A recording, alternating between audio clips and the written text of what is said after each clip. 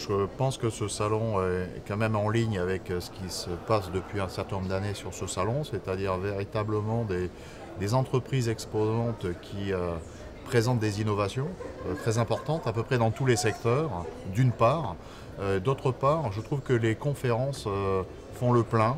On a un meilleur score que l'année précédente, puisque les deux conférences que j'ai pu présider et animer ont fait le plein, que ce soit sur les sujets de prévention santé dans le secteur de l'entreprise, comme sur le sujet des nouvelles méthodes d'organisation de travail liées à l'évolution des techniques, en particulier du digital, et de l'environnement de travail, en particulier dans les nouveaux espaces de travail en fait, et de bureaux.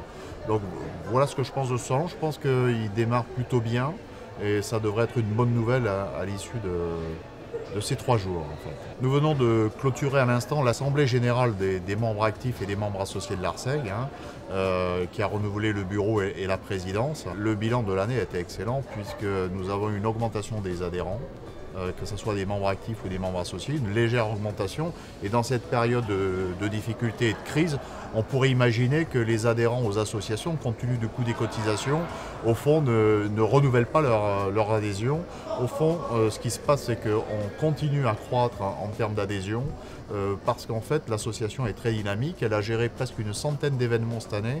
Elle a produit des livres blancs, elle a produit des chartes, des référentiels normatifs qui sont très utiles aux adhérents membres actifs ou aux membres associés.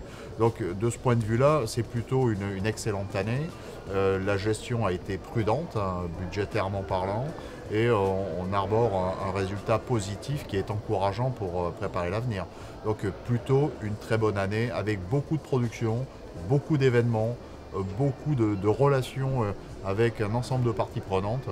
Et donc l'association peut maintenant sereinement dérouler son projet sur les 5 prochaines années qui s'intitule CAP 2018. Alors CAP 2018, c'est essentiellement 3 axes stratégiques. Le premier, c'est d'ouvrir la possibilité à certains secteurs d'adhérer à l'association.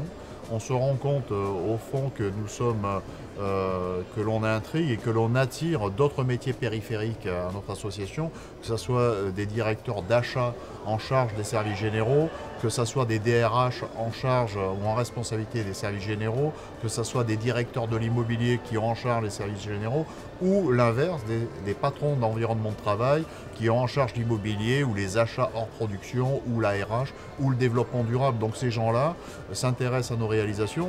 L'ARSEG, c'est avant tout une association qui agit dans le secteur des bâtiments tertiaires et on constate que l'industrie se rapproche aussi de notre structure parce que les process, les méthodes, nos outils intéressent ce secteur.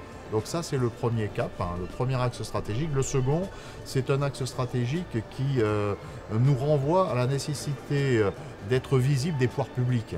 Donc les pouvoirs publics s'intéressent aussi à ce que nous faisons. Quand on représente 1 million d'emplois et à peu près 108 milliards d'euros de budget géré, inévitablement, les emplois étant des emplois non délocalisables en France, les pouvoirs publics s'intéressent à nous. Ça fait une quinzaine d'années qu'on soutient des écoles, des universités et que l'on participe à des Master 2 dans notre filière professionnelle, à des licences professionnelles, à des bacs pro. On se rend compte que les pouvoirs publics peuvent effectivement s'intéresser à ce que l'on fait puisque au fond, sans avoir jamais rien demandé aux pouvoirs publics, on joue notre rôle d'accélérateur dans la société civile sur cet emploi, sur la professionnalisation et aussi sur cette capacité que l'on a à gérer des budgets considérables à l'intérieur de nos filières métiers. Donc on peut espérer tout naturellement qu'on peut faire avancer un certain nombre de projets au travers des fédérations professionnelles et en particulier auprès des pouvoirs publics. D'ailleurs, nous avons déjà un certain nombre de contacts de ces organismes publics qui ont récemment changé d'ailleurs, à l'occasion du renouvellement des ministères, mais on sent qu'on n'a plus qu'à pousser un certain nombre de postures stratégiques au bénéfice de notre filière professionnelle pour se faire, pour être en lisibilité vis-à-vis d'eux en fait. Et ça, c'est le deuxième axe stratégique. Le troisième, c'est un domaine qui est le domaine historique de l'ARSEG, c'est sa capacité à rédiger des chartes, des livres blancs, des normes pour la filière métier. Notre métier, c'est 28 métiers.